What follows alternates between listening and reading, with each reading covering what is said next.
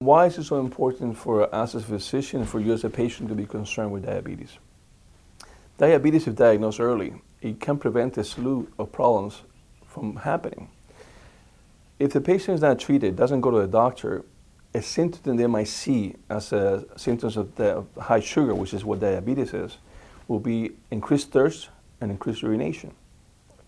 Usually by this time, though, the sugar has progressed to a point that is significantly high in the body.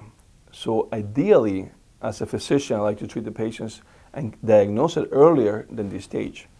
So by doing an annual physical exam, as an example, this is one opportunity that as a physician we have to capture this, diagnose it, and start treating the patient. If diabetes is not treated, it can progress in the body, and by doing so, it can affect several other organs. It can affect your heart, it can give you a heart attack. It can affect your brain, it can give you a stroke. It can affect your eyes, your vision, potentially it can even go blind. And it can also affect your kidneys. I'm not even mentioning the lower extremity, the legs, the arms, typically the legs.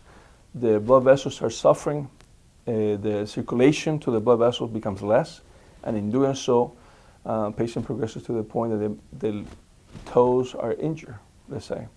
Sensation, something that you might take for granted. Walking on a hot asphalt street or on a sidewalk. You and I know that we can jump right back out and put some shoes on. Well, someone that has diabetes, the sensation of pain is diminished sometimes to the point they're not even aware of that, and they can even burn their feet. So you add the burning of their feet to the fact that they don't have they have poor circulation, that leads to infection and possible amputations.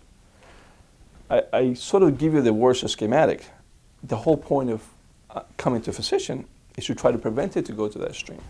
Oh, diabetes, we have a lot of medications nowadays. Most people think, oh my God, I have diabetes, I have to go on insulin.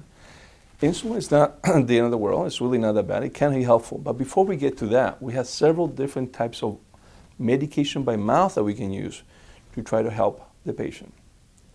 Before we even talk about medication, though, you have to realize that the patient's exercise and diet is a key to getting into better shape, eating healthier.